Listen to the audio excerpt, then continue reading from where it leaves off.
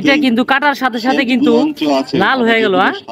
আমি যদি এই টুকরাটা দেখাই, যেহেতু কিন্তু সাদা। হ্যাঁ কাকা, এই বাক্সটার মধ্যে কি? আসসালামু আলাইকুম, কেমন আছেন? কাকা, যে দেখতে পাইতেছি যে আপনি কিছু শিকড় বাকড় নিয়ে আসছেন, তো এগুলো কি গাছের শিকড় কাকা? এটা হলো রক্তগুলঞ্চ গাছের। রক্তগুলঞ্চ গাছ না? পাহাড়িয়া গাছ। তো এটা কি কি কাজে ব্যবহার করা হয়? বাত ব্যথা অ্যালার্জির জন্য। বাত ব্যথা অ্যালার্জির জন্য। চোট পাওয়া, হাত পাওয়া ব্যথা, মাজা ধরা, কোমর ধরা। এটা কিভাবে ব্যবহার করবে? এটা মাজায় বাইন্ধা দিতে হবে সুতা দিয়ে বাবা। সুতা দিয়ে না?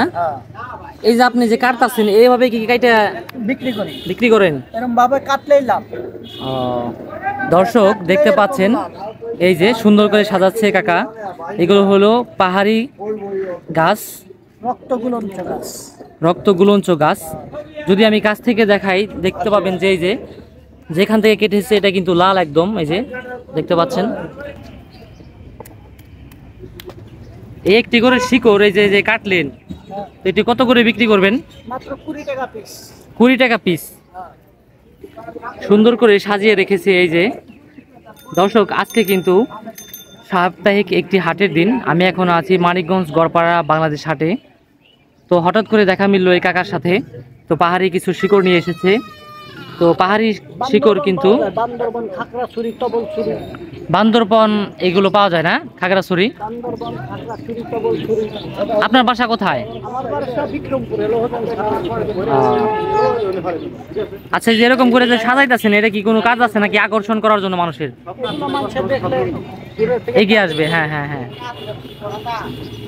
দর্শক, শিকড় বাকড়ের কিন্তু উপকার আমাদের এখনো আছে, কিন্তু আমরা অনেকে বিশ্বাস করি না। এরই নাম পাহাড়ি রক্তগুলঞ্চ। পাহাড়ি রক্তগুলঞ্চ। অনেকের জমি এটা কিন্তু কাটার সাথে সাথে কিন্তু লাল হয়ে গেল। সাদা ব্লাড সুগার, প্রথমে কি সাদা থাকে? ডায়াবেটিস রোগে ডাক্তার বাবুরা যে গাছটিকে ভিজিয়ে খেতে বলেন, এই গাছ। দর্শক, এই যে আমি যদি এই টুকরাটা দেখাই, যেহেতু কিন্তু সাদা। হ্যাঁ, এই যে কাটার সাথে সাথে আবার লাল হয়ে গেল। খাগড়াছড়ি ইত্যাদি। কাকা, এই বাক্সটার মধ্যে কি? এই গাছটি কেবল কিছুই নাই। পাওয়া যায়। হনুমান বান্দরে খেলা করে।